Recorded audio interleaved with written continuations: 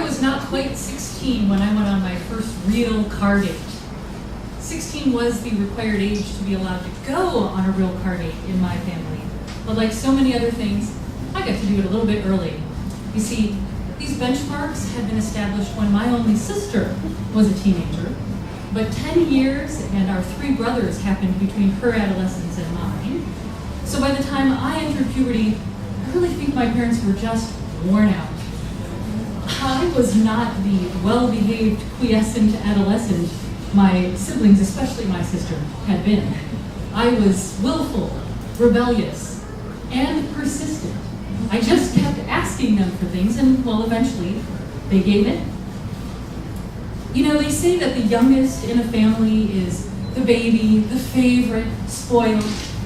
I think it's more accurate to say that a parent's disciplinary resolve is inversely proportionate to the number of children they have. With the first child, everything is fresh and new, child-proofed and disinfected. Photos are snapped every day. Every new hair on the child's page is a celebration. Every word, every step, every tooth is documented in photo albums and memory books. That's the first child. By the 5th child, the poor parents are so frazzled and worn out, they barely even know what's going on anymore. Where that first kid got strict bedtimes and fresh gingham dresses to wear on the first day of school, the 5th child gets to watch Saturday Night Live while Dad snoozes in his lazy boy chair, then wears her brother's hand-me-downs, jeans, and t-shirts to the first day of school. But don't get me wrong, I loved wearing my brother's cast-off clothes. I was quite a tomboy, you see, whereas my sister was quite the girly girl. She wore skirts all the time with matching headbands. She hated dirt and bugs and sports and sweating. I was always in the backyard playing in the dirt and mud with my brothers. Here's one small example of how boyish I was. One day in 2nd grade, we had a substitute teacher. When we lined up to go to the restroom, I naturally got in the girls' line. This substitute teacher came over and took me by the arm and put me in the boys' line. And she wouldn't take my word for it that I was a girl. It took testimony from the entire class to prove it to her. She was really embarrassed. Everybody laughed. I took it as a major accomplishment. My school photo for that year is still one of my favorite. I'm wearing this green patchwork t-shirt that was my brother Dan's, and I had the bowl cut that my mom was still inflicting on us in the basement at the end of every summer. My favorite thing about that photo, though, is my expression. My smile and my eyes are wide, happy, fearless. I look utterly confident, ready to take on the world. All my school photos after that year slid into a kind of shyer self-consciousness, and then they morphed into the acne, glasses, and bad perms of adolescence. But 2nd grade was glorious. So here I was, not quite 16. I had gotten permission to go on this date the same way I got permission to wear makeup when I was 13 and got my ears pierced when I was 14. All traditionally 16-year-old activities in my family. The method I employed was a constant, steady, white noise of nagging and begging. My poor, hardworking parents were so worn down by this time, they had only so much resolve left. I could smell their weakness. I had no qualms about exploiting it. The other part of the reason why I got permission to go on the date was the boy who was taking me. Scotty was 1 year older than me, a junior to my sophomore. He was one of 3 tenors in the singing group where I was one of 3 sopranos. He had the clean-cut athleticism of a long-distance runner. He was well-spoken, clean-cut, a parent's dream date for their 15-year-old kid.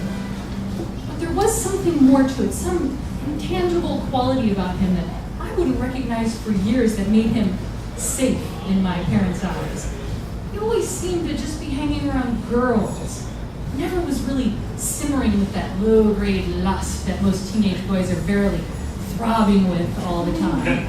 No, he looked my dad square in the face, shook his hand, assured him the car insurance was up to date and would be home early, and he smelled strongly of ivory soap. He was the squeaky clean ideal for my parents' dream for their 15-year-old kid. So they let me go on the date. I had a lovely new summery dress. Yes, I was wearing dresses by this time, but only occasionally, and I still had drawers full of hand-me-down jeans. I also wore something my sister never wore, something she never even wanted to wear her whole life. Contact lenses. I got my first glasses when I was in 4th grade, and they just got thicker every year. As soon as I started high school, I also started begging for contacts.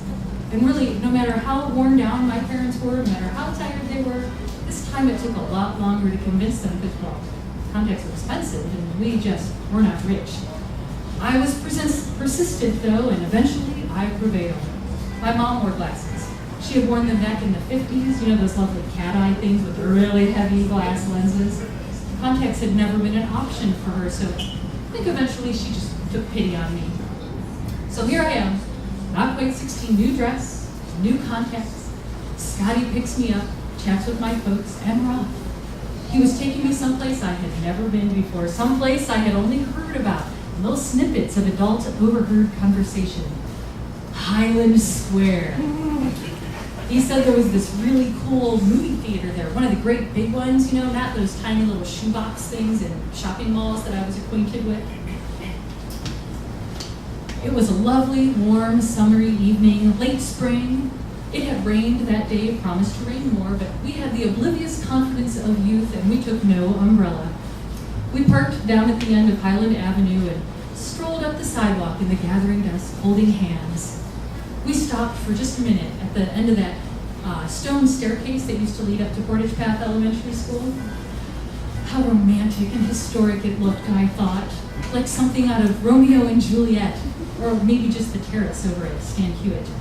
I pictured us bursting forth into our own version of DeLovely, tap dancing up the stairs, embracing at the top as golden confetti rained down on us. It was almost like that.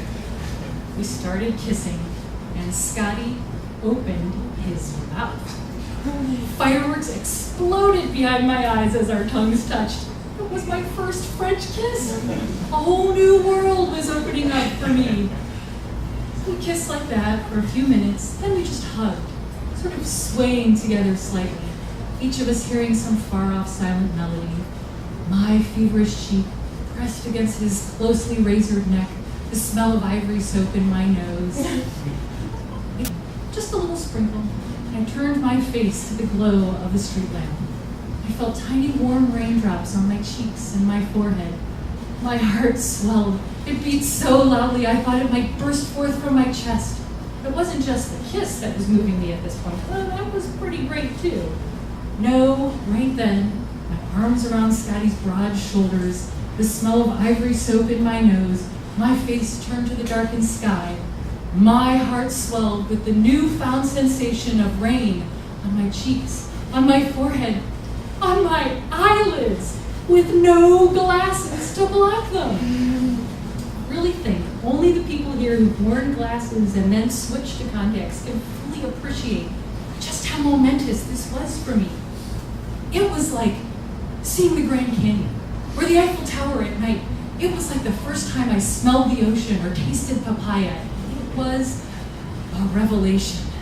The simple, pure joy of rain on my face and no smeared glasses to clear off later, it changed the way I saw the world and myself. Glasses had been my hair shirt, my cross to bear, and now I was free of them.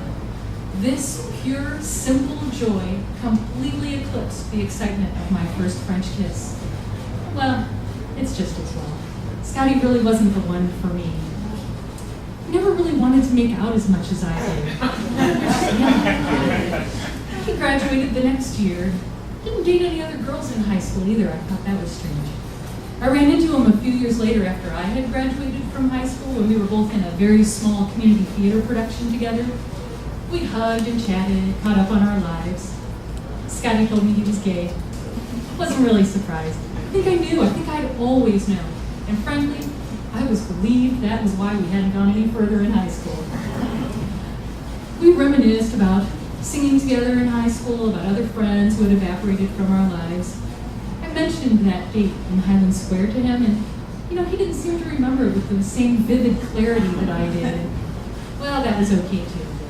Even though he was there, it was my moment. It was my revelation. As I look back over some of the more pivotal moments in my adolescence, learning to drive, wearing pantyhose for the first time, losing my virginity, this pure, simple, very private moment really stands out for me. It wasn't huge on anyone else's scale of momentous occasions, but it changed the way I saw the world, both literally and figuratively, forever.